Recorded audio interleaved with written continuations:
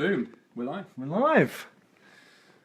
Hello everyone. Tom here. I'm the director of the Cancer Conflict, and we are here in Wimpole Street in London, and we're here to talk about diet and cancer, and in particular sugar. That's why we're here. But before we get into, well, first of all, just to tease who we're talking to tonight, we've got Tim Benepal, senior oncologist, and we've got Liz Butler, nutritionist extraordinaire, to talk about this tonight. But before we get into them, we have made our target. So the whole thing, this whole thing has been about preparing for the film and the raising of the money.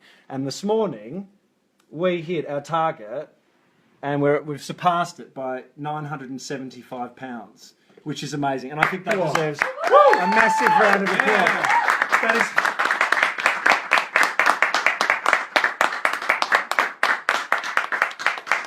So what that means, that means in 30 days we've raised over £40,000. And that is responsible for the state of my face and the bags under my eyes. So it's been a long month. It's been a long and intense month.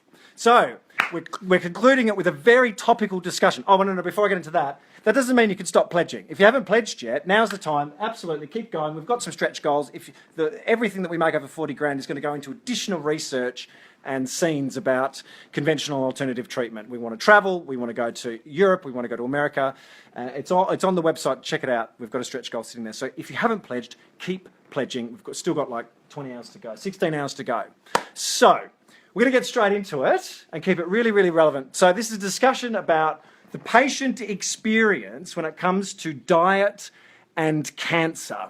So one of the things that I understand is that there seems, and disagree with me if I'm wrong, there seems to be a general consensus that sugar is not good for chronic illness over a long period of time. And where the problems arise is once diagnosis occurs. And I'm going to just give you a statement here that one of the people on one of our Facebook audience members wrote on a post, which I think sums up the whole problem perfectly. So this is from Donna McClelland. I have cut out sugar on the basis that sugar feeds cancer. But I saw a dietitian at the hospital today, and she was telling me to eat more sugar as there is no evidence to say not to eat it. So this creates a lot of problems. So I want to go straight to you, Tim. You're an oncologist. You face this every day. What do you make of that comment? It's a comment I've heard before, and I will confess I am not an expert in any science behind that comment. Mm-hmm. My personal immediate response to that question is heavily biased by the patients that I treat. So I treat lung and upper GI cancers, and 1/3 of my patients will come to me having lost potentially a quarter of a third of their body weight. They will have cancer cachexia. What's that? Cancer cachexia is a defined clinical syndrome now. It's a combination of having cancer, having a metabolic process going on that breaks down your body, and also a reduced nutritional intake. It's now recently been properly sort of defined from a medical sense. But I've also got people who can't eat. And so for those group of patients, they're not the ones who say, just should I cut out sugar? They say, I can't eat. So they're not the ones saying that. It's people in different circumstances who don't necessarily have direct nutritional problems. And a lot of my patients won't be in that group. In my mind, there's this discussion is categorized into, number one, can your diet cause cancer? And, that's just a topic. Yep, I'm not that's going to answer that question. That's one umbrella. Number two, when you're diagnosed with cancer, does the actual components of your diet cause your cancer to progress? I.e., if you took those components out, would your cancer not grow? In other words, sugar feeding cancer, etc. And then the third component, which in my particular practice makes up the biggest component, is actually just trying to get any nutritional intake in at all and reversing the cachexia process, weight loss. Because there's no question that You know, that, in my mind, if you start losing weight, it doesn't matter what you put in and out of your diet, you're going to go downhill no matter what. So the motivation for, let's just say, eating food that contains sugar is to keep weight on, simply to keep weight on and keep someone healthy? The understanding of the problem has not been that great, particularly from the medical profession as well. Yeah. I've got cancer, I'm losing weight. Oh well, just eat whatever you want. I'm not saying that the alternative is to say that people should just eat whenever, and it doesn't make a blind bit of difference as long as they eat. I don't care. But it's just poorly understood by doctors as well, and it's only recently we're sort of getting a better understanding for these cancer patients who've lost weight and come to the clinic.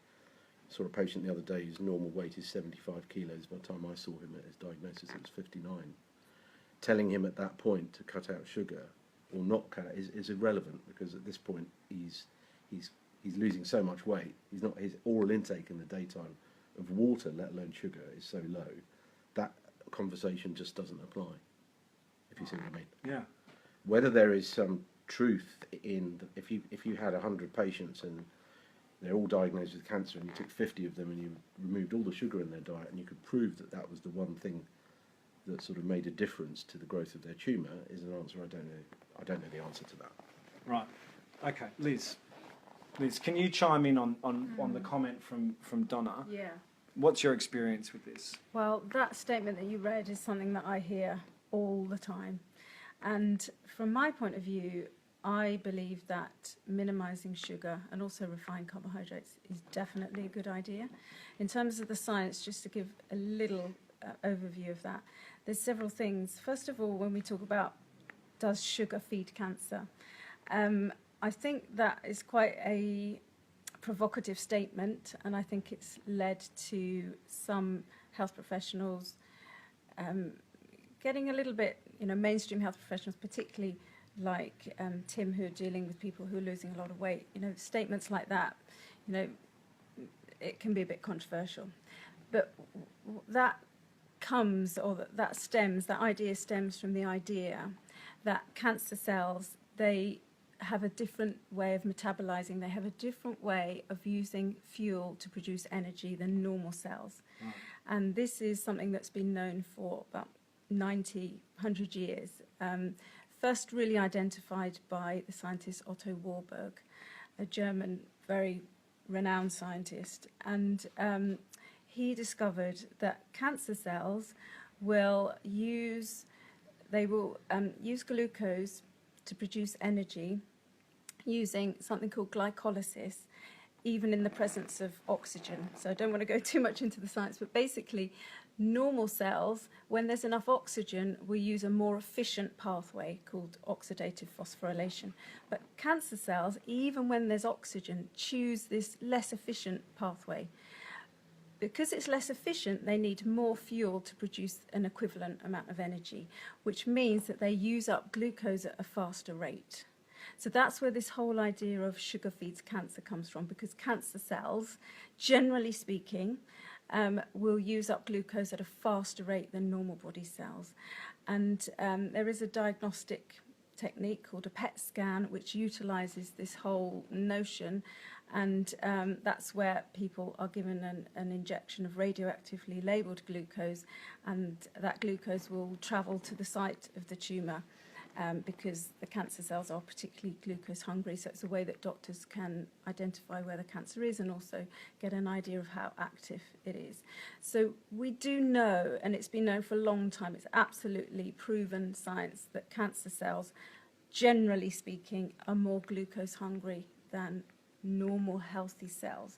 However, the question then is, does that mean that the sugar you're eating in your diet will promote cancer growth? Especially once the cancer is there and diagnosed. Yes. Does it make that much of a difference once it's there? Yes. Well, there is some research around this. There have been some studies looking at high sugar diets or high glycemic index diets, which means diets that contain sugars and refined carbohydrates that raise blood glucose levels significantly. And the research is tending to show, it's not absolutely shown in every study, there's heterogeneous results, but it's tending to show that diets with a high glycemic index, i.e. tending to push the blood glucose up, they do seem to be associated with higher risk of developing cancer. So there seems to be, from the research, a link between diets high in sugar and cancer risk. We also know that people with diabetes who have poor glucose control are at greater risk of developing cancer. Right. So this is how new is this research? There's been more interest in the last few years in this whole topic. Right. There's been more interest in the last few years in the whole what's going on a metabolic level in cancer. That is really an area of great interest at the moment. So there's more research looking at what's actually happening at the metabolic, the biochemistry level of cancer. You know, there's been all this focus for the last few decades on what's going on with the genes when it comes to cancer. Now scientists are beginning to shift attention. I mean, there's still a lot of discussion around what's going on with the genetics of cancer, but now scientists are really beginning to understand that what's happening at a metabolic level, at a biochemical level, is also highly relevant. What's metabolic level? So that really just means the collection of reactions that go on in terms of the way that our cells use fuel to create energy. Right. So the collection of reactions, biochemical reactions that go on. And as I said, cancer cells have a different metabolic profile than our normal cells, and it's not just about sugar. There are other nutrients that cancer cells use slightly differently than our normal cells, but there's been a lot of focus on sugar. And as I say, that has led to a lot of people thinking, well, if cancer cells are using glucose more rapidly, does that mean then that if you've got a lot of glucose going into the body, or you've got a lot of carbohydrates that are pushing your blood glucose up, does that mean then that that's going to fuel the cancer process? So because I hear that all the time. Yeah. Do you hear that, Tim? Does that happen? I do hear it a lot, and Liz is absolutely right. It depends on the patient, as I said. Right. But it's not, you know, over the 20 odd years I've been seeing patients, it's not an uncommon thing to say. And if you look at it purely from a metabolic point of view, by definition, a cancer metabolizes. It has to. I mean, our own bodies we feed cancers. Cancers form their own blood supplies. By metabolize, just for the science point of view, by metabolize you mean eats. Utilize energy. Utilizes energy. So if you take a cancer, Yeah. it cannot survive without, number one, a blood supply, Yep. for example. Yep. And about 30 years ago, part of science drifted off in cancer to wonder whether we can attack the blood supply of cancers. And this is where drugs, for example, like thalidomide reappeared as an anti-cancer potential treatment. And the term is angiogenesis, and these anti-angiogenesis drugs were looking at, can we stop cancers developing their own blood supply when they shouldn't? Because if they don't have a blood supply, they don't get any oxygen, they die. Yeah. So by definition, if you stop these cells metabolizing, you'll kill them, and by definition, if they have ingredients to metabolize, they will survive. But that's a bit like saying, if you stop eating, you'll kill your cancer. If you stop doing everything, you'll kill your cancer. You'll kill yourself as well. Right. You can't separate the metabolism of one part of the body necessarily very easily the rest of it. from the rest of you. That's the difficulty. Right. And so in terms of glucose, so we all know. So I've got in terms of you mentioned PET scans, right?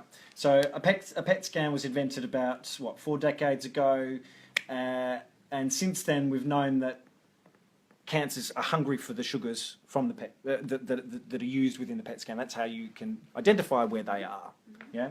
So does that mean that the more sugar that from your perspective, Tim, the more sugar that we have in our diet, the more quickly we grow the tumours? Does that mean that if they've got to metabolize something, does that mean the more sugar we've got in there, the more glucose we've got in there, the faster that the tumours are going to grow, or So if we look at the scan analogy, Yeah. you talked about a PET scan.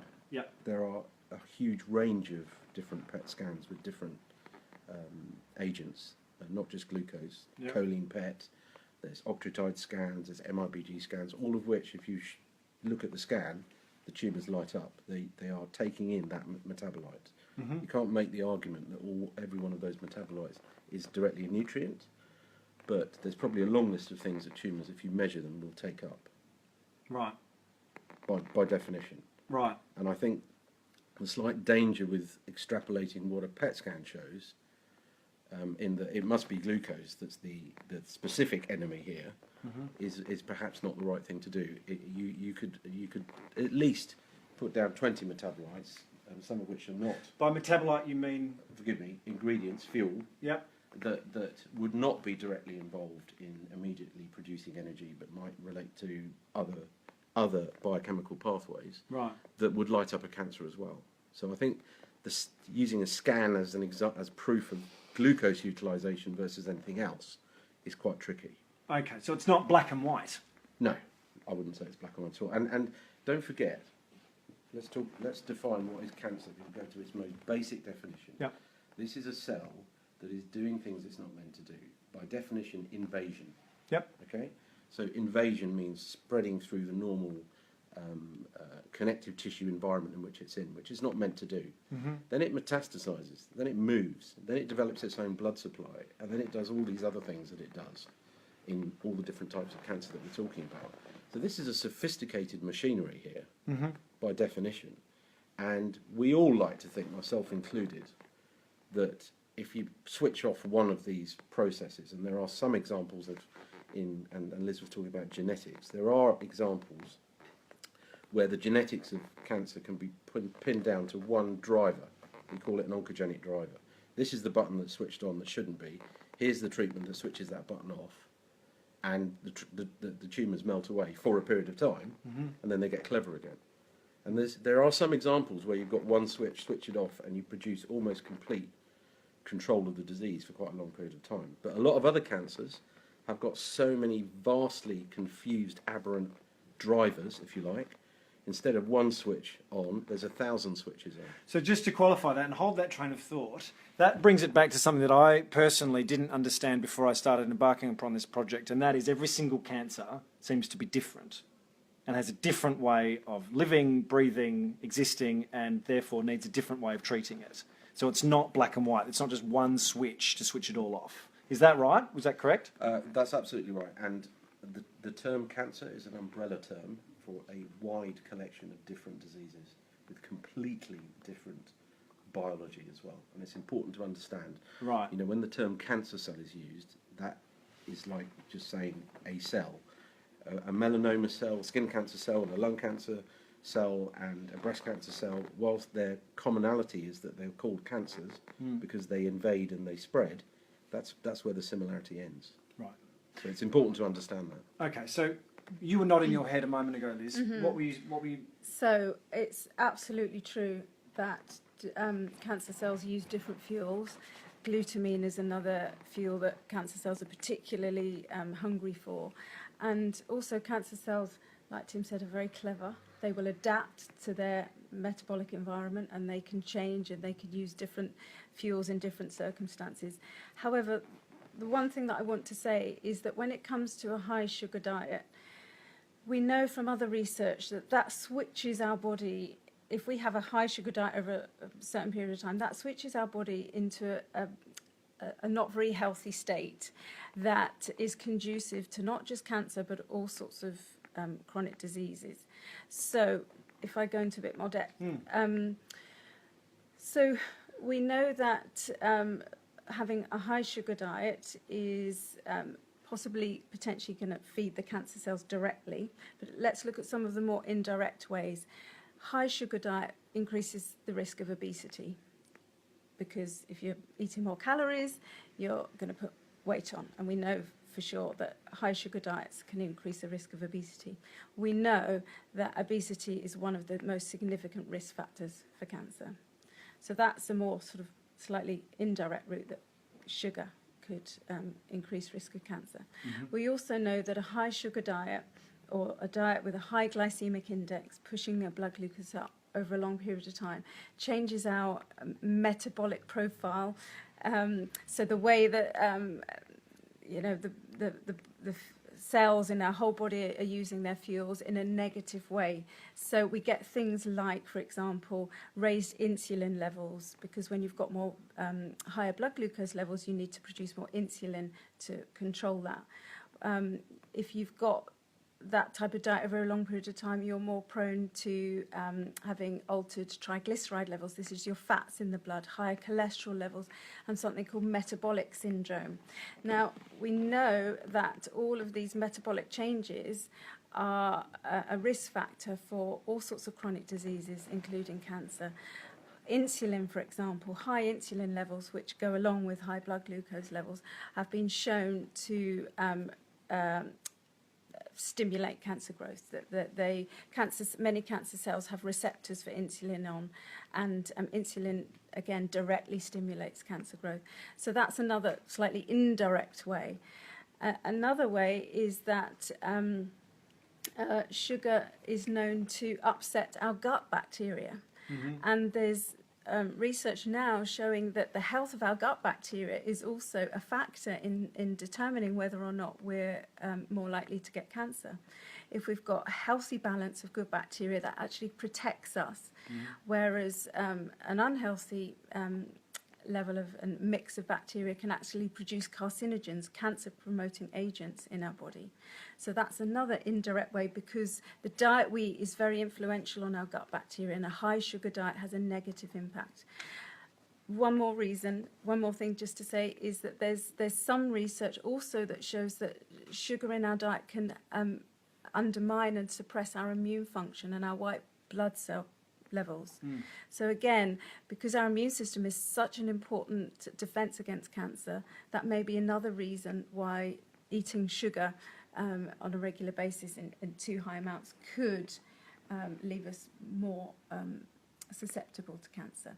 So I think it's a huge topic. It's not just about the whole thing, does glucose directly feed the cancer cells? It's a much bigger issue than that. And there's lots of possible indirect routes as well. Okay, so I'm going to pause it for a second. In a second, Tim, everything that Liz just said, what do you think about that? Does it make sense to you? Have you heard it before, or is it complete rubbish? It's not complete rubbish. It does make sense to me, and I don't disagree with it actually.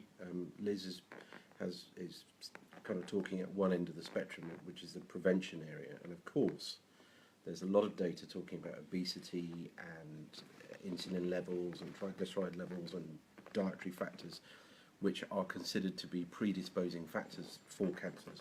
And I totally understand that, and there's very good science based in that aspect. And from a medical oncologist who deals with patients every day on the front line in the NHS, working hard, that makes sense to you. It makes perfect sense, but I'm not in the prevention game. You're not in the prevention game, are you? I'm not. I'm in the once it's happened game. You're in the... My particular circumstances are tumour types that once it happens, it involves a lot of weight loss, a lot of cachexia, is the better term for it, people with poor nutritional intake, where the specifics of refining a diet to maintain a healthy lifestyle become somewhat irrelevant. Okay, so this is a very interesting part of it, okay, because, and this is why I wanted to talk about this, because most of us, I don't know about you guys, I just live my life. I drink my Diet Coke. I'll have my Snickers bar, right? I'll do all that, and I'll live to excess because we're in London and that's what we do. Now we crack on until we get sick and suddenly we're like, oh no, what happened, right? And then I go and see who? I go and see Tim because I got cancer. I go and see Tim, I got cancer. It's XYZ cancer. How do I fix it? And Tim's like, well... here's what we've got for you. Can I ask a question? Yeah, go on. Because I think, I've listened to both of you. The context is, explaining the mechanism of how glucose impacts on development of cancer or how it affects a cancer cell is quite different from looking at sugar, not as a technical term, but as we generally think of sugar as sugar, pretty much like smoking. So how is smoking linked to cancer? How was that association established? So for me, how I think is, as if I'm talking in the language of a common person, the exposure is sugar. We're not talking about glucose, sugar. And the outcome is either causality of cancer or a link with worsening cancer, because cancer is a chronic disease, it's not just about the first time tumor. What type of evidence are we talking about? Are there longitudinal studies which show that long-term exposure to sugar has a link to cancer, or short-term exposure in cancer patients has a negative impact on worsening of the condition? Okay, so just what Vijay has asked is there a longitudinal study that shows evidence that over a long period of time sugar causes cancer, and then once cancer is diagnosed? For a long time, we didn't believe that actually smoking had any, major negative Impact. It took about 30 years to discover that smoking is associated with several chronic illnesses. And in fact, the study had to be done amongst cohort of doctors, because doctors were the most exposed to active smoking. And I'm asking, is it just that we don't have evidence at the moment, or the evidence is just building? Liz? I mean, the thing is, with teasing out individual factors that cause cancer, it's such a complex picture, with so many factors that interact, that that's why it took so long to identify that tobacco caused cancer, because identifying one factor when there's so many that influence it is difficult. But going back to sugar, those were the studies I was talking about earlier, in terms of there are studies showing, I mean, first of all, there's plenty of studies showing that a typical Western diet full of refined foods increases our risk of all sorts of chronic diseases. But then focusing in on sugar, as I was saying earlier, there are studies that are trying to really identify whether sugar is a particular risk factor, and they have shown that diets with a high glycemic index, i.e. that push our blood sugar up, do, generally speaking, increased risk of cancer. Right. So we're beginning to see that, but we absolutely need more research to define this. But then there's other research that is looking at once people have cancer, and this is where we get into the whole ketogenic diet side of things. Aha, yes, go on. That are showing that diets that really lower our levels of blood glucose and our insulin levels may be protective. Now, in terms of clinical trials, very, very early days. So with all of this nutrition and cancer research, there's always so much more that's required. But, that's it's coming at it from another angle that's, again, pointing in the direction that high glucose diets are not a good idea, and by reducing it you may have a protective effect. Okay, pause there. I'm just going to pause for a second and bring it back to the campaign. So this is really interesting. This is all very, very interesting for me.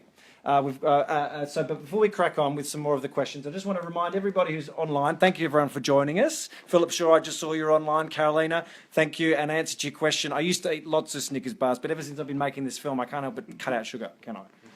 Except for Diet Coke. It's my only indulgence. I'm getting there. Trust me, I'm getting there. One thing at a time. Baby steps. Okay, so basically where we're at is we are at £40,985 for this film. And what that basically means is that this film is going to get finished. Thanks to everyone out there contributing to this, we are going to get this film finished, which is amazing. So another round of applause, everybody. It's very exciting. Oh, yeah. So it's actually quite amazing. So but basically what I want to remind everybody is, even though that we've got 15 hours to go on the campaign, even though we've met our goal of 40,000, we've set a stretch goal for another between 5 to 15,000 whatever we get over this point, we will put into additional scenes that explore further conventional and alternative treatments in different areas. Especially, we want to go to Europe, and there's a few places in America we want to go. Go onto the Kickstarter page. We've got some more information about it here in this fun little graphic. And if you've got any questions, send me an email, and I'm happy to answer them. So keep pledging, everybody. Keep moving forward. If you haven't already, keep going. The more money we get, the better film we can make. So I just also want to just point out that Nick, our brilliant executive producer, this is Nick. Say hello, Nick. Hi. Hey. Get back. Hello. So Nick is gonna sorry, Mo. Nick's gonna shout out with any questions that come up. So if you do have questions, shout them out, and we'll get to them as soon as we possibly can. Great. Okay. Does anyone have it? Can I butt in? There's two interesting things for Yes, you. First yes, thing, your dad is Richard Meadmore. Yes. Yeah, you'll be pleased to hear he's just logged on to watch this conversation, Dad! which is unusual given that he's also over there, which is an interesting development. So, I mean, it's kind of asked the question: what's more interesting, the Facebook or real life? Yeah. This comes into an interesting discussion around social media, doesn't it? Just logged on. Oh, he's just logged off. So Get it's back on. Get back on, Dad. More interesting real life. Yeah. I also have a question, if I can, which may be a stupid question, but Go just based on what you were Do it. saying, Liz. You talked about a diet that raises glycemic index being what you're talking about. We talk about raising it raises the blood sugar level and so on. Is a diet that raises the blood sugar level what I mean by sugar in terms of Snickers and Coke and so, or is that something subtly different? It mostly is that, but it isn't just about the refined sugars, the sweet stuff that we can taste in our food. It's also about the carbohydrates that have been refined. So if we're talking about grain products, starches that have had the fibre removed, so white bread, white rice, white pasta, they all have the potential to raise our blood glucose. But it isn't even only about the refined carbohydrates. A high starch diet, generally speaking, so a diet that's high in grain products and potatoes, will potentially have the effect of raising blood glucose. So it's not just about the actual sugar, the sweet stuff, it's also about the starch. Right. And the refined starches have a more potential to raise blood sugar than those that are unrefined. Okay. From your point of view, are they called sugars still? Or is that No, I would usually use the term sugars and starches. Thank you. So just a quick question from Kirsty Stafford. Hey, Kirsty. Her question is, I read that cancer is your body's last way of alerting you to your lifestyle. What are your thoughts on this? Who wants that one? Who wants that one? Who wants that? We've got a lot of experts in the room. Who's got that one? Anyone? I say that if you're looking at pediatric cancers, how can you say that? I mean, as Tim said, cancer is not one thing. So if you're considering several pediatric cancers, the impact of lifestyle on cancer, highly questionable. Right. I think, as Tim said, cancer has to be is an umbrella term. Is it what? It's an umbrella term. It's a very complex. I think what's interesting is, for me, we tend to focus so much on understanding the mechanism of the tumor as opposed to understanding cancer as a disease. That also leads me to another question, which is, I believe, listening to the conversation, in medicine and mainstream way of looking at science, I don't think there is a differentiation between different types of calories, whether it comes from fats or proteins or carbohydrates. Maybe that could be one of the reasons why we may not have understood why as certain sorts of calories may have a certain impact on cancer. And any comment on that? Because there is the research on different types of calories is very, very recent.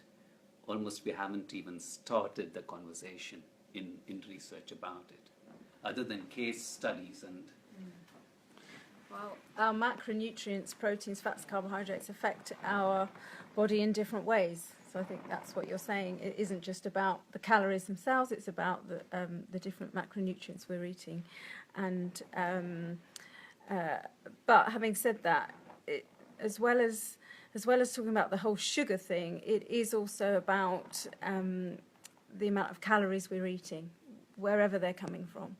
Generally speaking, in a Western society, we're eating too much food, and it's not just about the sugar; it's just we're eating too much, and that is also pushing us into this altered metabolic state, which is very inflammatory, and cancer is a disease that's linked to inflammation. So when we're talking about how to change our diet, we should be looking not just at sugar, we should be looking more broadly. Question about healthy fats in a second. We've got a question from behind in a second as well, but Tim, you were nodding your head. Do you chime in? I just want to make a very quick comment about the original question. Is cancer a reflection of our lifestyle? That question is a heavily loaded question. The concept that as human beings and the complex biological machines that we are, as long as we don't do X, Y, and Z, we will be cancer-free, or a type of cancer-free, is nonsense. I have a huge number of patients who've never smoked, who have healthy diets and healthy exercise, who get nasty cancers. It isn't that simple. To suggest environment is the direct and sole influence on the presence of the vast array of different malignancies, and they don't have anything in common with each other. Pediatric tumours and breast cancers in adults are so far away as biological entities, you shouldn't even call them cancers in the same group. Mm-hmm. So it is so multifactorial, and I think there is a notion in the world in general that if you do something bad, that's what causes it. If you don't do anything bad, you'll be fine. And I get asked just as frequently, I don't smoke, I don't drink, I eat a very healthy diet. What I'm happens? slim, I exercise. Yeah. Why have I got cancer? Yeah. Okay, I'm going to go to a question. I'm going to go to Rob and then Dad. Dad, you're next. But Rob, what was your question? Yeah, it wasn't a question. It was also picking up on this idea, and sorry for being late. But one of the profound things that you see with some people who have actually often stage 4 cancer is that they are feeling that they're learning something. And I completely agree with what's just been said about the fact that there is, to a degree, a lottery involved. It's about how our genes interact with our environment, how they express. But there are definitely elements of the lifestyle that the majority of us have been encouraged to live that are more pro-carcinogenic than a lifestyle that we could lead. Pro-carcinogenic mean pro-cancer? Yeah, that we are going to be tipping the balance, and obviously our genetic profile is very, very important. But I think we can all learn an awful lot from the people who are working with cancer, either have cancer, are undergoing treatments, whether those are integrated treatments, they are purely conventional, or they're natural. And people do regularly turn around. Robin, I think you're probably aware of this. We had a bunch of them in the conference we had a couple of weeks back, who is saying that cancer has been the teacher, has informed them to do things differently. And I think we've all got a lot to learn from cancer patients in that sense. Just quickly, Rob, could you introduce yourself? My name is Rob Verkerk. I'm the Executive Director of the Alliance for Natural Health. And what's your expertise? I'm a sustainability scientist, so I'm a bit of a polymath, working with people across the fields of conventional and alternative medicine, also from the food side, sustainable agriculture. So I kind of move. Got to be. Oh, we're back. Okay. Great. We're going. Brief time out. Yeah. Go on. Yeah. So I work between sort of health and food sustainability in essence. Okay. Great. Okay. Thank you, Rob. You had a question, Dad. This is my dad, everyone. Say hello to Dad. Hello. I was listening to the discussion about the diet when someone said either got cancer. I think about an athlete preparing for an Olympic Games, and I have friends that have just come back from Rio, and I've watched what they went through for the 4 years leading up to the Olympic Games, and they train very hard to get their body ready for the event. But they're also running in parallel with that is a very strict regime of eating properly, and a big restriction of the amount of sugar they take into their bodies. And all this is done to they do this activity, the training and the diet, so that they can make their body ready to achieve a very high level of athletic performance. Makes sense to me that if you've got cancer, that you should also be preparing your body for a fight. And the best way to prepare your body is to do what the athletes do to prepare for the Olympic Games. Eat well. It's fairly, it's a sort of a no-brainer for me. Okay, so that leads beautifully into my next question, which is I'm going to start with you, Tim, and that is this. For a patient undergoing chemotherapy or radiotherapy, okay, so we're going to bring it back to your person like me who, before I got into all of this, I thought my perspective is you get cancer, you get diagnosed, you go to the hospital, you see an oncologist, see a consultant, and they give you chemo, they give you surgery if you can, and then they give you chemo and radiotherapy, right? This is where I'm framing this question, right? For your average person who's in that boat. For someone who's undergoing chemo radiotherapy, Tim, what should he or she do from a dietary perspective to support the body in its recovery? And I know we touched upon it, but what's the standard? What's the bog standard, if there is such a thing? So I certainly would not, in isolation, be the only person to have this conversation with the patient. So this is part of an aspect of all parts of the patient's care, which would require a nutritional input. In my hospital, we have dietitians sitting in our clinic. Yeah. Your question directly is when someone's on treatment, in general, what do I think they should do? In general, my advice is limited, largely because I don't have the breadth of knowledge that people who are far more understanding of the science of nutrition, like Liz. My inclination with my patients, largely again because they come to me with a lot of weight loss, is to encourage them to eat. I don't give them specific foodstuff advice because I don't feel I'm in the right position to do that. I do give them very basic advice about not going for prolonged periods of time without any nutrition, and that's from a very biased end of my spectrum of patients. Someone who is well with no weight loss, which might represent in other cancer types a majority of patients, then it becomes a much more complicated discussion because some patients will be perfectly well nourished and won't have lost any weight and will still eat 3 squares a day. And then it becomes a slightly different conversation to which I don't think I'd be qualified to go into depth about. So that's an interesting thing because, I mean, from my point of view, I mean, okay, so when a patient comes to see you, Tim, do they automatically get referred to a dietitian? They don't automatically. The dietitian is in clinic with me in a different room. Yeah. And if weight loss is one thing weight is one thing we record, and we measure their albumin levels in their blood. And if weight loss has been documented or nutritional intake is an issue in any capacity, then they are offered to go and see the dietitian, and the vast majority of my patients at the same meeting will then go and spend a separate consultation with the dietitian. So am I correct in saying that the priority from your point of view when a patient comes to see you, and sorry I'm speaking uncharacteristically loud, it's just to make sure that everyone can hear me okay. So your priority is based on, is the patient underweight and undernourished, so and keeping that as balanced as possible. But that's very specific to the tumour types that I treat.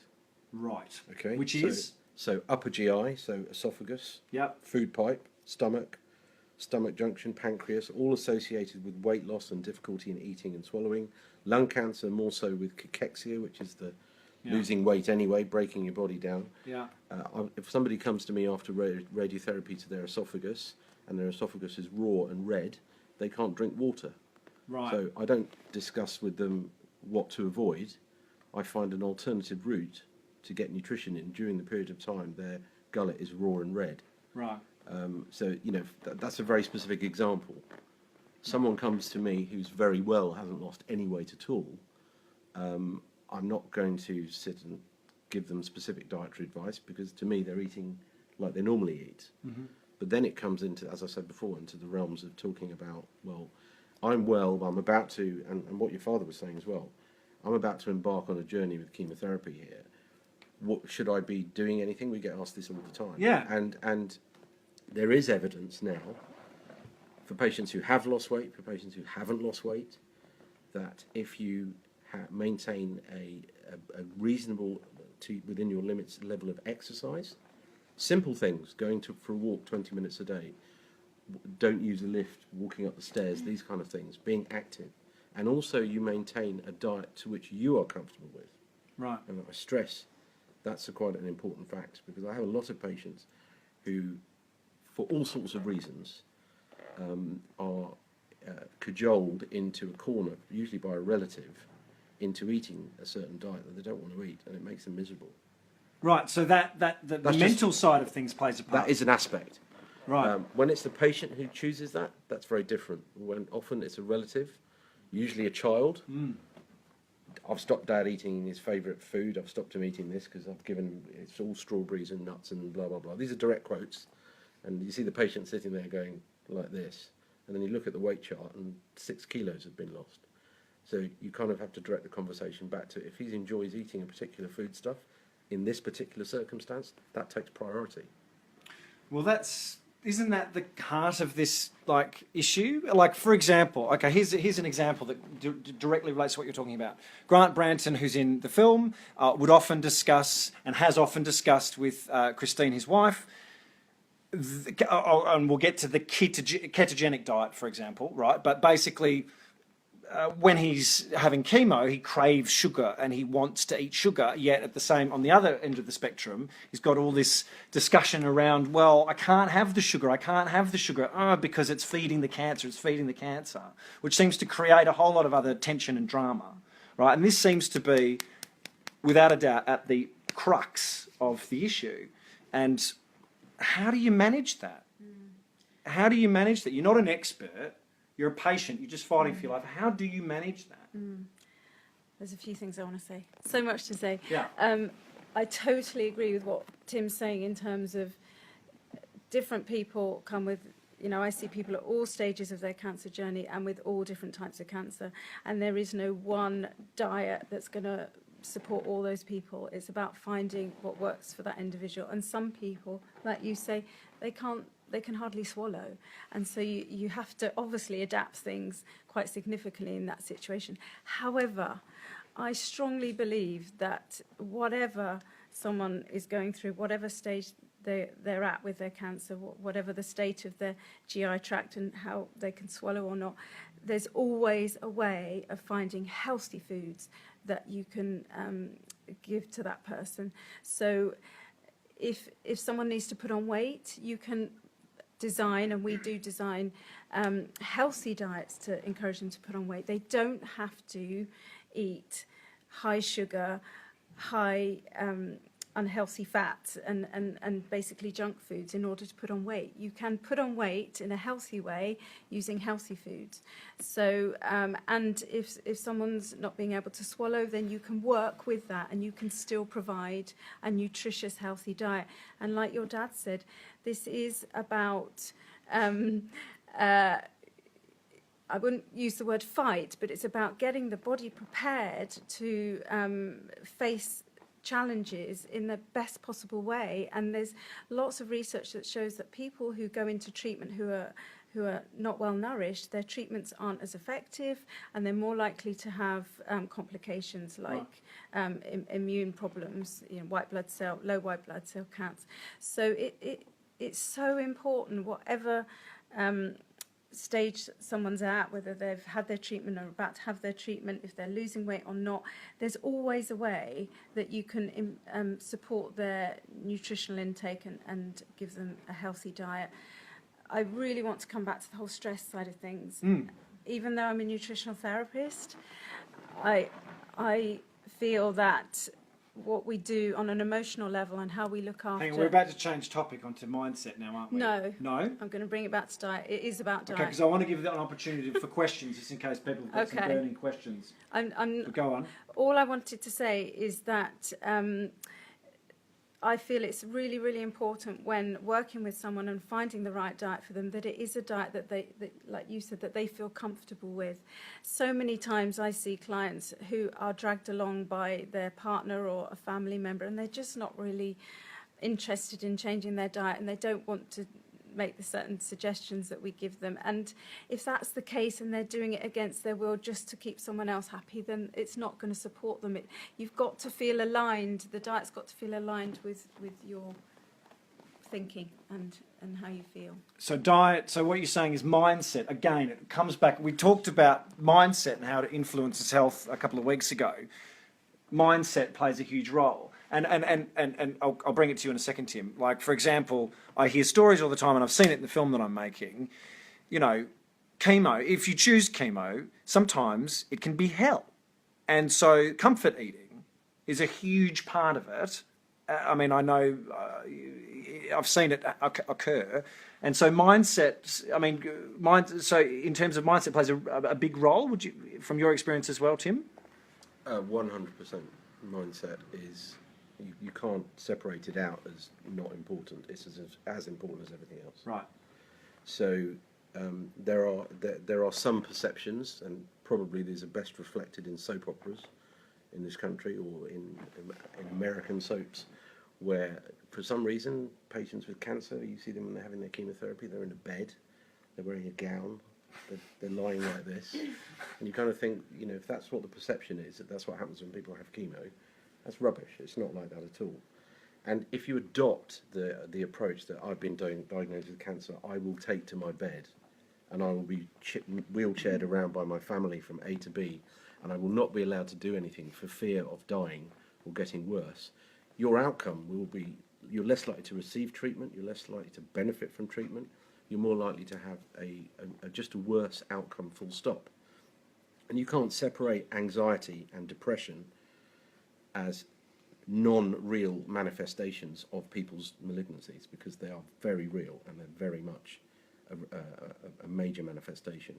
One of the hugest anxieties before anyone starts, and I see this every single day, is that the assumption before we get a chance to talk to them, usually, is that the word chemo makes people tremble, and it makes people tremble because they still think about isolation wards or people having bone marrow transplants, which is now mostly children and young adults, who are given mega doses to destroy their bone marrow to replace it for treatments like leukemias. The chemos that we give are outpatient treatments, and the vast majority of patients, as long as you do your job properly and you inform them properly, once they've started their treatment, that part of the anxiety goes away. I saw a patient today who spent 2 months deciding whether she wanted treatment or not, and when I treated her and I tailored it to not just to her cancer, but to her mindset. Right.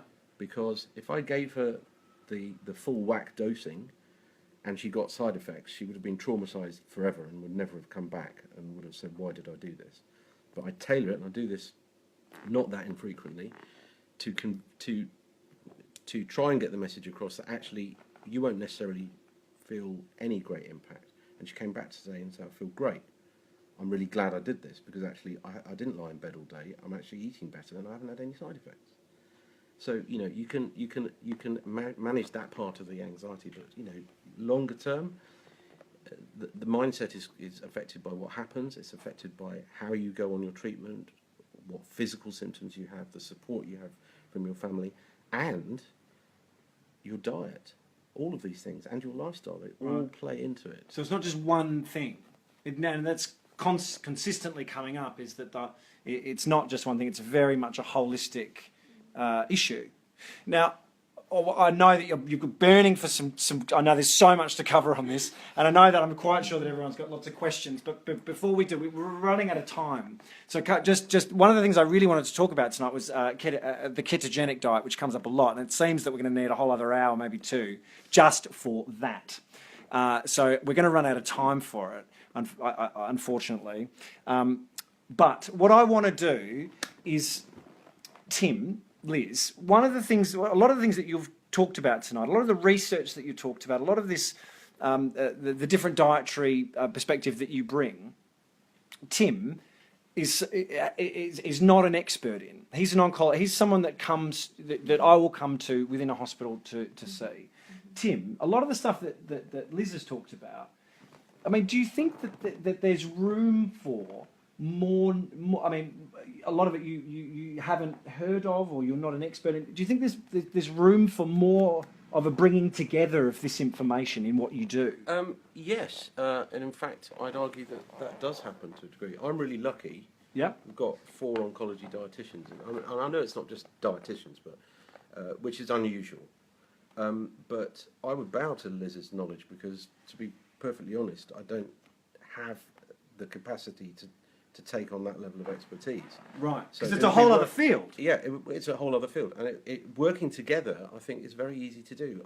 I am aware of the fact that in medicine there is a percentage of the conservative right wing who are very fearful of change, particularly from other areas, and would probably regard the idea of just dismiss all this as nonsense. It's not nonsense. And working together in a multidisciplinary fashion with all aspects is terribly important. It's not that difficult to do.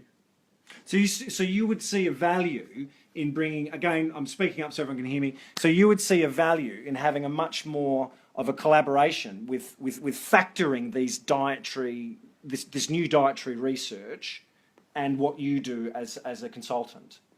Absolutely. Yeah, right. Patients are crying out for this because It seems to be. they are, because they go to their oncologist, and Tim's very open-minded about nutrition. Not all oncologists are. A lot of oncologists will say, don't worry about your diet, you can eat whatever you want. And Tim works with people with upper GI cancers, and they are much more likely to get referred to a dietitian because they may be experiencing weight loss. Most people with a cancer diagnosis don't ever see a dietitian. And even if they do, the dietitians generally have quite a narrow view of what a diet and for cancer entails. In terms of priorities. Yeah, they are much more focused on weight, preventing weight loss, and I totally understand why that is. But a lot of people with cancer, the weight is not such an issue for them. They want to know how they can support their immune system and look after their digestive system, which may be compromised after chemotherapy. So there's many more questions that perhaps don't get answered by the dietitian. And so many people with cancer are not having those questions answered, which means they go off, they look on the internet. Sometimes they end up finding information that's not very science-based. They get overwhelmed because there's millions of sites on the internet about diet and cancer. And I mean, I just wish that there could be more collaboration between nutritional experts and medical professionals, because that is what patients want. Because if you bring it back to the most relevant thing, and this is one of the important aspects that this film is exploring, and that is, I'm not an expert, right? Average person gets cancer, not expert, right? I just want to get well. And I show up, I just want to get well. Help me get well, right? And facing this discrepancy or this aspect of the conflict, it's like, I don't want to deal with this. I've got enough to deal with, right? So what do?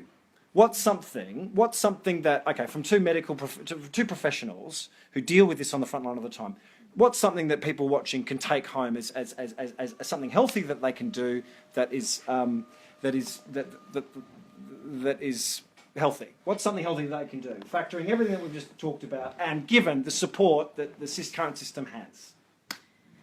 I mean, in terms of, in a nutshell, what people can do to make positive changes, I think one of the key things that I say to people when I'm first meeting them or when I'm going to do talks is just think about the type of diet that your parents or grandparents would have eaten before we had all this processed, refined, sugary foods available to us. And now, obviously, our supermarkets are packed with them.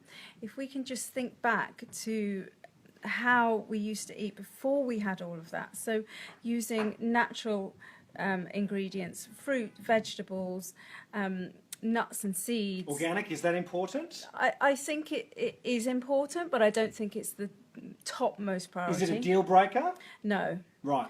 Eating eating high quality, fresh, natural foods is the most important thing. Right, okay. So Comfort foods? you can have healthy comfort foods. Right. This is what I mean. Just Pasta? possibly. I mean, if someone's wanting to cut down their Oh, starch, spaghetti! it's generally speaking, we recommend cutting starch content down. Right. So pasta's not going to be a big feature of the diet. But just, as I say, if you're giving someone basic advice of where they can start, then it's about trying to get rid of all the processed junk foods, bringing more fruit and vegetables into the diet, more foods that you prepare at home rather than ready meals and processed foods. That's the Well, that sounds like starting common point. sense. It is. That's the starting point. Okay, starting Yeah. point from diet. Liz, great. Yeah. Tim?